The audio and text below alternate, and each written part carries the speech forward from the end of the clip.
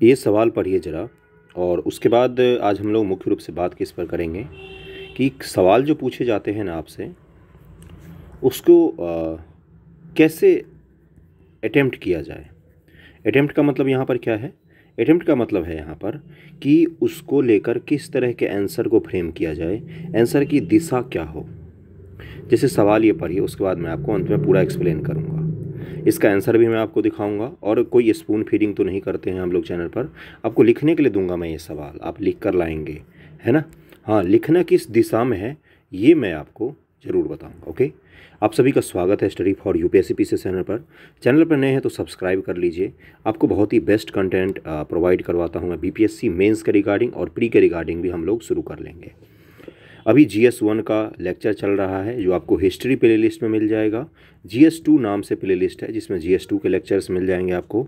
Economics का lecture economics के playlist में मिल जाएगा, और IR के लेक्चर का अलग से प्लेलिस्ट है। बेसिक से पढ़ा है IR, जाकर देख सकते हैं, बहुत सारे लोगों ने देखा हुआ है। ओके, सवाल क्या है? यह स्पष्ट कीजिए कि 1857 ईस्वी का विप्लव किस प्रकार औपनिवेशिक भारत के प्रति ब्रिटिश नीतियों के विकास क्रम में एक महत्वपूर्ण ऐतिहासिक मोड़ है।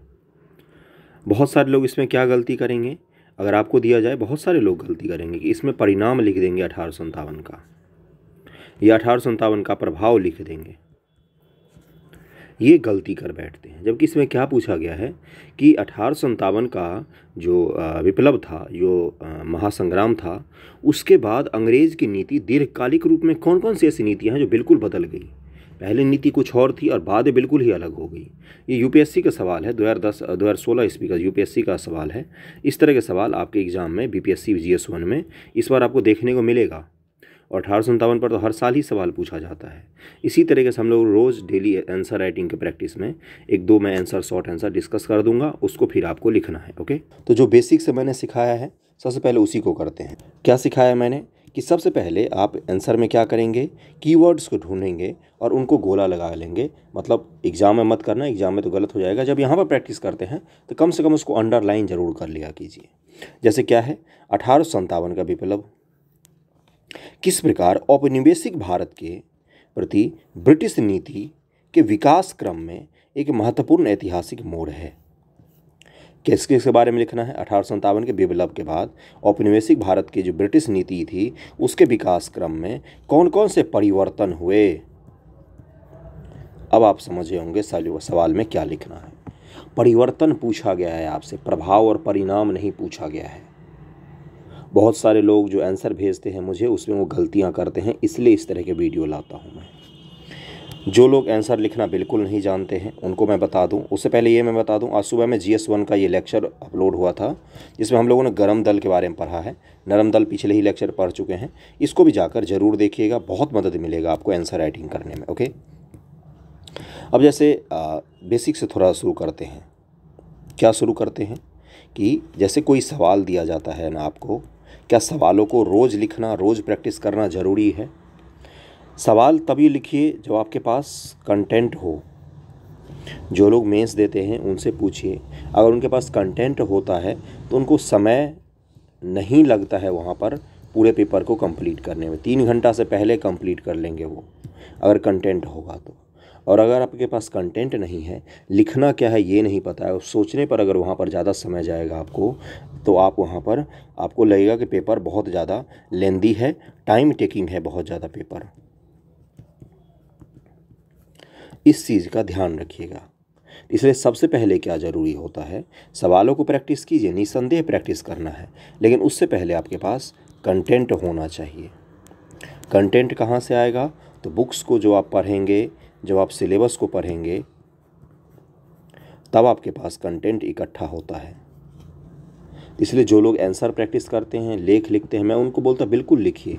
एक दिन में 3-4 आंसर लिख लिया, या 2-3 एक लेख लिख लिया, 2-3 दिन पर एक ऐसे लिख लिया, हफ्ते में 3-4 ऐसे लिख लिया। अगर ऐसे की प्रैक्टिस अच्छी हो गई है, लेखन शैली अच्छी है, तो हफ्ते में 1-2 ऐसे लिख लिया तो भी चल जाता है। लेकिन अभी आप लोगों को किस पर फोकस करना है? सिलेबस के अनुसार टॉपिक को पढ़िए। जैसे हिस्ट्री में पढ़ा रहा हूँ तो मैं हमेशा बोलता हूँ कि मैं आपको समझाता हूँ कॉन्सेप्ट को, उसको जाकर बुक में से पढ़ना आपको ही है। जैसे पॉलिटी है, पॉलिटी का मैं टॉपिक समझाता हूँ, पढ़ना किसको है? बुक से जाकर उसको पढ़िए, है ना। जो previous year mains solved paper होते हैं, PYQ सॉल्व जो होता है मेंस का, इसको क्या करना है, इसमें से बस क्वेश्चंस आंसर को पढ़ने की कोशिश कीजिए। इससे क्या होता है ना, कई बार जो आप टॉपिक पढ़ते हैं लेकिन आपको ये नहीं पता होता है कि उस टॉपिक से सवाल किस तरह के पूछे जा सकते हैं। तो इसलिए जब आप PYQ को सॉल्व करते हैं सॉल्व वाले, तो आपको क्या लगता है कि हाँ सवाल इस तरह से पूछे जा सकते हैं। जैसे आपको लॉर्ड डलहौजी पढ़ेंगे, उसके बाद आपको लॉर्ड डलहौजी से क्या संबंधित क्वेश्चन पूछ सकता है कि डलहौजी ने अनेक प्रकार से आधुनिक भारत की नींव रखी, व्याख्या कीजिए। डलहौजी ने आधुनिक भारत की नींव रखी, व्याख्या कीजिए। अब आपको व्याख्या करना है कि उसने आधुनिक भारत की नींव किस किस प्रकार से रखी, कौन कौन सी उसकी नीतियाँ ऐसी थी जिसने आधुनिक भारत के निर्माण में मदद किया। उसके बाद आप अंत में क्या लिखेंगे कि ये सभी नीतियाँ जो थी ये अंग्रेज़ों की औपनिवेशिकता जो थी, औपनिवेशिक नीतियों को आगे बढ़ाने के लिए लाया गया था, ना कि भारत की भलाई के लिए लाया गया था। जब आप ये चीज़ लिख देंगे तो उसको क्या स्पष्ट हो जाएगा, ठीक है उसने भारत को मदद किया रेल को विकसित करने में, PWD डिपार्टमेंट बनाया, भारत में शिक्षा को लेकर वुड डिस्पैच बनाया गया था, तो ये सब चीज़ उसने किया, लेकिन ये सब उसकी औपनिवेशिक नीतियों के लिए था, ना कि भारत की भलाई के लिए था। भले ही इसका बाय प्रोडक्ट रहा कि बाद में हमें इस चीज़ ने मदद किया देश को बिल्ड करने में। तो ये मैं क्या बता रहा हूँ आपको, ये मैं आपको समझ विकसित करने की बात कर रहा हूँ, जिसको लेकर जब आप समझ विकसित करेंगे तो आपका ऑटोमेटिक सवाल सॉल्व करना शुरू हो जाएगा आपका। और इस भ्रम में मत रहिएगा कि सितंबर में एग्ज़ाम है और तो आपके पास बहुत समय है। समय बिल्कुल भी नहीं है आपके पास, कब समय निकल जाएगा आपको पता भी नहीं चलेगा, क्योंकि आपको अभी मेंस की तैयारी करनी है जुलाई तक। उसके बाद से आपको PT के मोड में आना है। तो ढंग से पढ़िए, NCERT पढ़िए, रेफरेंस बुक पढ़िए। सारे लोग पूछते हैं कि NCERT पढ़ें अभी या रेफरेंस बुक पढ़ें। NCERT 2 बार कंप्लीट हो जाए, 2 बार जब कंप्लीट हो जाए उसके बाद रेफरेंस बुक पर आ जाइए। रेफरेंस बुक बोले तो स्पेक्ट्रम पढ़ सकते हैं आप रिवीजन के लिए, ये आपको मेन से बहुत मदद करेगा। और पॉलिटी के लिए लक्ष्मीकांत वगैरह पढ़ सकते हैं। ज्योग्राफी के लिए बहुत सारे मैंने बुक्स तो ऑलरेडी कितनी बार बताऊँ एक ही चीज़। तो अभी तो आपको NCERT अगर हो गया है आपका तो बिल्कुल आ जाइए रेफरेंस बुक पर। लेकिन जैसे मैं मॉडर्न हिस्ट्री में पढ़ाता हूँ, मैं कोई टॉपिक बोले GS1 का पढ़ना, उसको उलट के पढ़ लिया स्पेक्ट्रम से। इससे क्या होगा, दोनों चीज़ें आपके साथ साथ चलती रहेंगी और पढ़ने की प्रवृत्ति खुद ही विकसित हो जाएगी। कोई शिक्षक अगर आपको ये बोलता है कि मैं आपको पास करवा दूंगा, मैं पास करवाऊंगा आपको, तो वो सबसे बड़ा शत्रु होगा आपका। आप खुद ही पास करेंगे खुद के मेहनत से, मैं बिल्कुल नहीं पास करा सकता हूँ आपको। ओके, आंसर राइटिंग पर अब चलते हैं। थोड़ा सा ध्यानपूर्वक देखिएगा चीज़ों को तो आपको अच्छे से क्लियर हो पाएगा। कीवर्ड्स आपको पहले ही मैंने पकड़ना सिखा दिया था, और GS1 का लेक्चर जाके ज़रूर देखिएगा, बहुत मदद करेगा आपको। तो सबसे पहले क्या लिखेंगे, मैंने आंसर राइटिंग में एक चीज़ बताया है, फिर से मैं बता देता हूँ थोड़ा सा।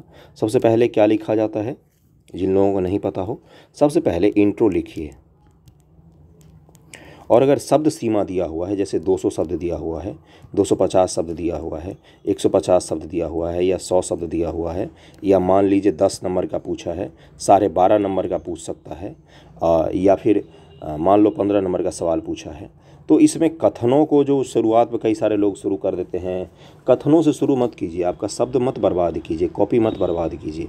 डायरेक्ट जो पूछा है ना उसी पर आ जाइए, और उसको जितना विस्तार के साथ लिख सकते हैं ना, मुख्य हिस्सा को वो लिखिए विस्तार के साथ, जिससे आपका नंबर उसी में आपको मिलता है। कथन वगैरह ऐसे वगैरह ये ऐसे में यूज कर सकते हैं, या पहले जैसे सवाल पूछे जाते हैं लॉन्ग फॉर्म के 30 नंबर से ज़्यादा का सवाल एक दे दिया, तो उसमें आप ऐसे कथन वगैरह का यूज कर सकते हैं। बाकी जो शब्द सीमा वाले होते हैं या छोटे शॉर्ट फॉर्म के आंसर होते हैं, उनमें ज़्यादा कथनों को मत घुसाइए, ज़रूरत जब तक ना हो तब तक के लिए, है ना।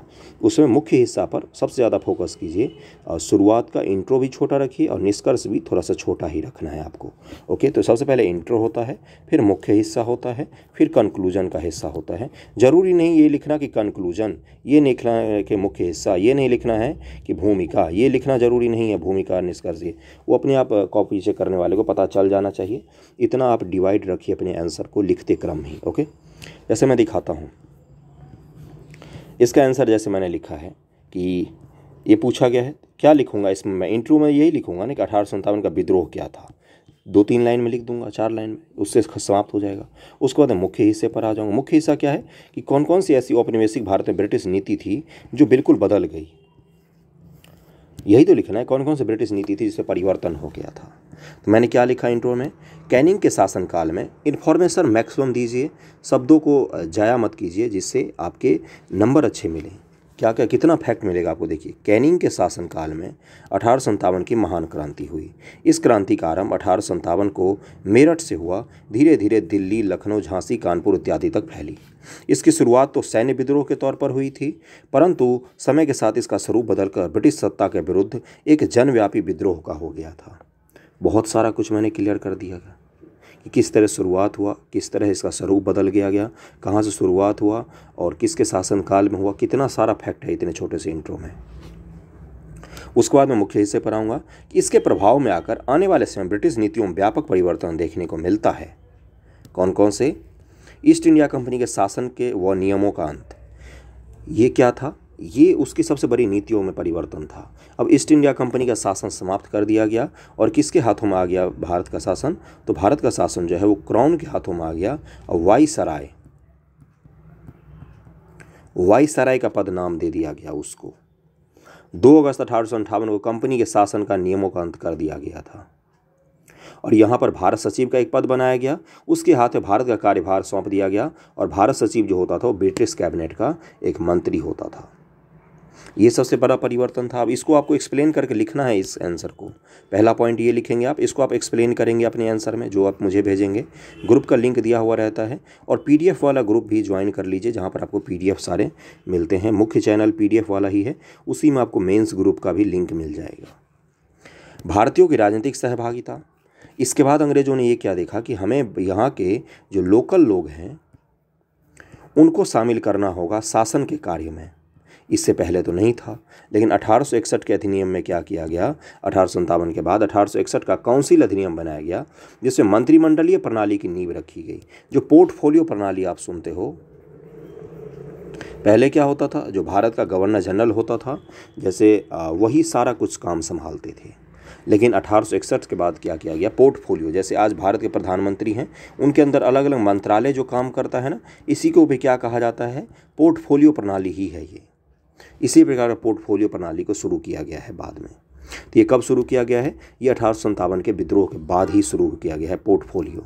अब भारतीय राजनीति की सहभागिता मतलब 1861 में भारतीय काउंसिल अधिनियम बनाया गया और बहुत सारे भारत के लोगों को शासन में धीरे धीरे शामिल करते गए, वो अंत तक ले गए हैं। जब आप 1909 का पढ़ेंगे, 1935 का पढ़ेंगे तो वहाँ तो चुनाव की प्रणाली भी आ जाती है, हस्तांतरित आरक्षित तक आ जाते हैं हम लोग धीरे धीरे बढ़ते हुए। तो ये क्या था, ये यहीं से शुरू होता है। इससे पहले आपको इस तरह की चीज़ों को देखने को नहीं मिलेगा। विकेंद्रीकरण की नीति। अब ये क्या था कि 1800 अधिनियम के व्यवस्था के अनुसार बम्बई और मद्रास के प्रांतों को विधि निर्माण और संशोधन करने का अधिकार फिर से दिया गया। आपको याद होगा कि जब कैनिंग बना था उस समय उनके विधि निर्माण की शक्तियों को वापस ले लिया गया था, भारत का गवर्नर जनरल उसको बनाया गया था। लेकिन 1861 के अधिनियम के बाद, कैनिंग नहीं, विलियम बेंटिक की मैं बात कर रहा था, 1861 के बाद क्या हुआ कि मुंबई को भी बोला गया कि आप कानून बनाइए अपने लिए। मद्रास प्रांत के जो गवर्नर थे उनको भी बोला गया कि आप भी अपने यहाँ कानून बना सकते। ये क्या है, ये विकेंद्रीकरण किया जा रहा है, शासन का विकेंद्रीकरण किया जा रहा है।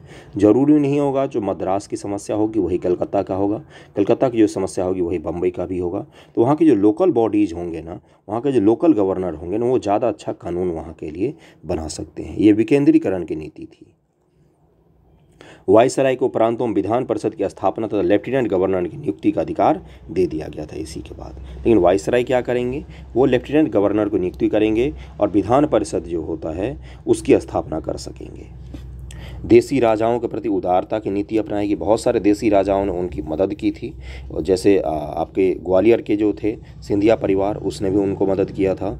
और क्या था, जो गोद लेने का अधिकार था या जो वारिस होते थे जिसको डलहौजी ने समाप्त कर दिया गया था हड़प नीति के तहत, उन सब नियमों को फिर से समाप्त कर दिया गया और उनके जो अपने कार्यकर होते थे, जो उनकी अपनी नीतियां होती थी राजाओं की या उनकी जो अपनी परंपरागत नीति थी उसमें हस्तक्षेप करना बंद कर दिया गया।